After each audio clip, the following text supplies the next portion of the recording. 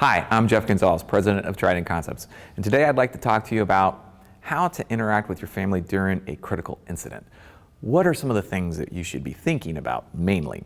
So first, let's define a critical incident. You're out with your family and something bad, very bad happens.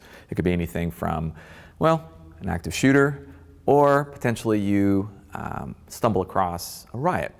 So while those are kind of on the extremes, what we do want to do is we want to kind of talk about what are some of the most simplest of communication techniques, commands that you can have in place to kind of guide what you and your family are going to do. So for instance, I don't want to have to go through a long dissertation about trying to tell my family what they should do once we recognize that we're in the middle of a critical incident. Instead, I want to use small, condensed, simple to remember pro words, if you will, that help everybody realize that we need to be taking action, and here's the action to take. So there's a lot of things that you can think about, and you can make this list a very long list. I recommend that you keep it kind of short and kind of simple. So for instance, there's really like 4 that I think about, and we're talking verbals. So when it comes to verbal command, one of the most important ones that I can suggest that you have a conversation with your family about is get down.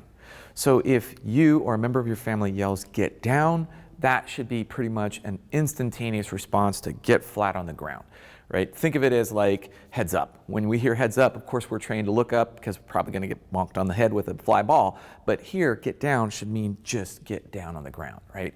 And then you can sort things out after that. Like you don't have to necessarily understand the why, because that adds delay, hesitation, and indecision. Instead, when you hear that command, boom, just bust it, get down on the ground. All right, the next one might be come here.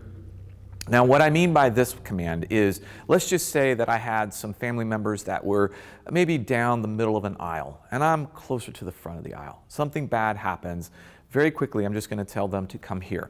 Now, when I'm interacting with my family, I have to make sure that I don't use that command unnecessarily, that I'm only really using it in an emergency situation. So you'll have to figure out another way to communicate when you want the family to move to you, when it's not an emergency. So for instance, when you're ready to go and you want to get out, that might be another way to approach that.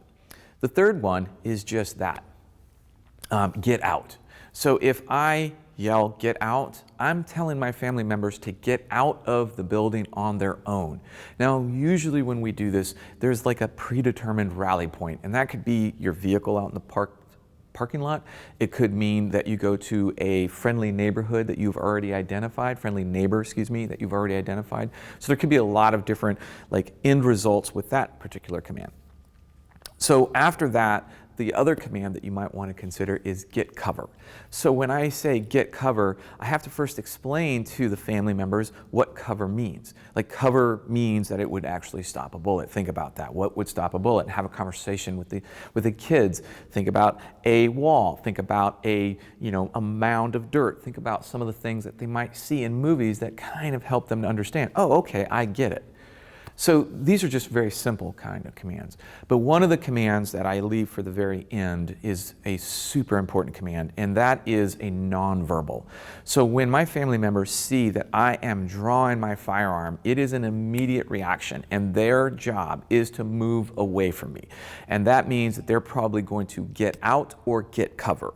They need to separate themselves from myself. And the reason being is that I've already identified a threat. I'm probably not going to yell to my family members immediately because I'm trying to negotiate or manage that threat that I'm dealing with at that moment. So if a family member sees that I'm drawing my firearm, they know immediately to get out or get cover. All right, I'd love to hear your questions or comments. Please feel free to post them down below. Until then, take care and stay safe.